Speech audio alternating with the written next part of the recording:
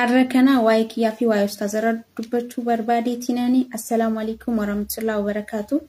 Share naaf godhaa yoo dandeessanii. Duraan dursa kaniin jechuu barbaadu. Dhugaa dubbachuudhaaf gaafa ani ustaazni waliin jirru maatiin ustaazaa maatii hedduu na jaalatanii fi maatii hedduu na kabajanii turanii har'a garuu hireen adda nu baastee jirti anaaf ustaazaa.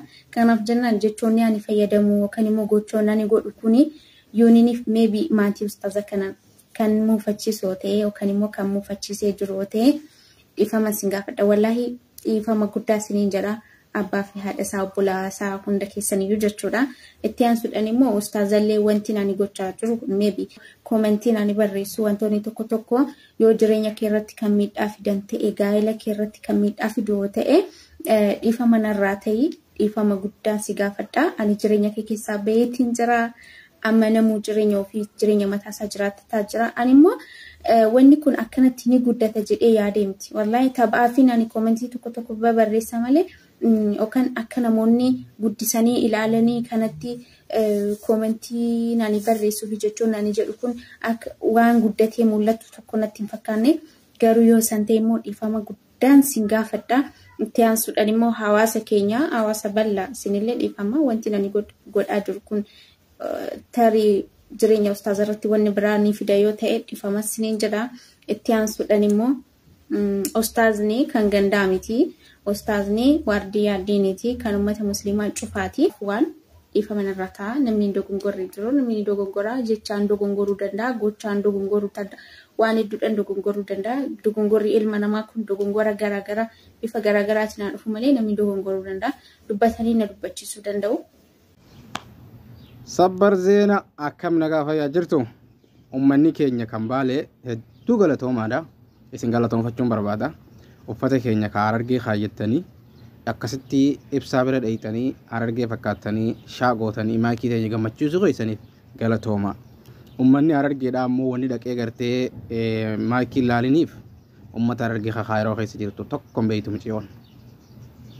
Miciyyoon namaa walitti hin dhalooytu. Fakkeenyaaf ijoolleen amma kun asirratti agartee uffata Harargee kaattee ijoolleen teenya tabaalee shamarran keenya kabaalee uffata Harargee kaatanii dhufan tun ijoolluma kalee uffata baalee kaatte sanii kun ijoolleen xiqquma san. Ijoolleen ammoo warri Harargeedhaa shamarran keenya Harargee uffata Harargee uffatanii Hamzaa deengedda bira dhufan kun jara kana. Anaa miti Hamzaa Haajiitu jedhee dhaqaa Facebook isaa jala laala. Baay warra baaleen hin galatoonfadhaa kun isin qeeqoo miti. Dheeytanii miciyoo teenya ijoolleen Harargee shamarran Harargee raafanii ammoo isin dheeytanii nu laaluu keenya uffata keenya uffatanii hedduu galatooma isiniin jaa. Akkam nagaa fayyaa jirtu baga jiraattan dhaggeeffadhaa jecha lama sadii qofaan isinii jechuu deemu. Tokkoffaa warri maqaa maakiitiin arrabsitan maqaa maakiitiin lafa kaa warri maqaa ibsishaatiin arrabsitan maqaa ibsishaatiin lafa kaa dhimma yoona irraa qabaattan rakkoo yoona qabaattan hoottu naan jedhaatii nagaafadhaa yookaan ammoo gabbaana arrabsaa rakkoo keessan. Kana booddee maqaa miciyoo kanaatiif maqaa mucaa kanaatiif waanaan jettan taanaan waan hundaa'u isintu itti gaafatama. Lammaffaa maayikii akka nama tokko dhufee dhiifama si gaafadhe. Si galee yoo dhiifamni kiyya sin qubsine Oromoo dhiifamni kiyya naan qubsine dhiifamni na gaafate naan qubsine irra naa duulaa jiin. Yoo dhiifamni kiyya si qubse immoo uummata Oromoo maqaa kiyyaanii miti yoo barbaadan dhimma itti qabaatan maqaa keessan arrabsaa jiin. Kana booda maqaa maayikiitiin komantii kana jala barreessitan taanaan komantii kiyya hidheen balaa isinii buusa dhaggeeffadhaa. Komantii takka waan jechuun dandeessan nam tokkoon komantii isin guruu danda'a. Senegalee wanni kun kiyya waan taateef miidiyaa kana naatu fayyadama waan taateef kanaaf maqaa isiiti waan takka karra booda naan hin jenne maayikii gabbeeyteetilleen ummataan maqaa kiyyaan waan takka akka nama tokkoon hin jenne jedhiini itti himi. Senegalee warra garuu dhufanii dhiifama si gaafataniif warra dhiifama si gaafatu baatan annan galchu akka mataa kiyyatti akka dhuunfaa kiyyatti dhufee si gaafadhe bakka namaan bu'an. Kanaaf maqaa siitiin lamuu deebitanii na arrabsisan taanaan komantii kiyya hidhee waan inni isin godhu anaatu beeka. Kanaaf akka namummaatti garuu sadarkaa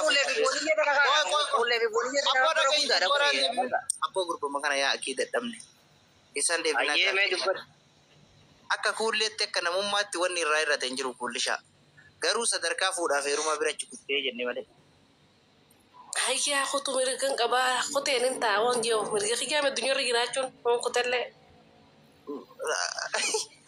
haasawuun qabdu gaati waa'ee kanarra waa'ee dargaggeessaaf dargaggeetti raasawuun qabdu waa'ee Iyya ilmaadha saluu baratanii guddaadha salama anaa sisaalee akkatti kam. dubbiin gaammaatti wallaahi. Wallahi taate. Wallahi duraanuu namaaf bira jira hanga namni bira gabboo eeggattee tamanuu dhoofdee qaba. Eeggattee duraa sabboona kabucaa rukutaa jirtu kuulleen. Maal taate wallahi kiyyaa barsoota nurra guddatte malee nanti qaattu dhaalaan inni furdatti maal taate dhamaa. Maa wallahi amma dhuguma yoo dubbanne kuullee yoo bakkuma waa'ee namarra naasee maakii hin heerumtanii heerumsiistanii gaafa isin heerumtu dullatti jettanii isin warri miidiyaa afaan keessan hin tolu annama isin dhaga'u miti nama akka keessanii miidiyaa beekuna isin Dhaga'i kuulisha amma dhugumatti yoo bakka shamarran hin jirre wayiitti waa fayyadde malee bakka shamarran jirtutti hin fayyaddaa maal? yaa farsoo rabbis daaduu waan akkanaa naasee keessaa beenu du'a namaa keessaa utaase keessa diimaa qabaddu. Fayyaddamas kuulisha wallaahi waaw. Wallahi farsoo goobira keessa asirra dullachaa afarso asirra dullachaa jira osoo taa'u hojii ofirraa isaa. Kuulee wallaahi afarsoo ofirraa dha'i kuulee afarsoon bakka dimbara taraa jira. Inni maal ta'e? Abartoo tora deemaa Muniraa Muniraa baafsitaa bara. Master man saya tu boleh soalnya. Kalau Fatih ni jalan dah wadah nutu. Ada Fatih ni jalan dah. Kefat Munira nafani sitti nang kulle rati ko dette kakan. Woi. Ayah tak boleh sini jalan. Meru gaje de farso. Wallahi. Baka Munira baka Fulen ni jira tak jette. Ya galente dia. La ilaha. Wallahi Fulen nama media kana asuta kaje Fulen nama media kana undar dikon. Wallahi. Kalau kulle shati mi. Ada Fatih tu Munira wala tu kena dia nak tangki yang jalan tadi. Atile majara kana sahib de Fulen duwat. Rakkonte kana.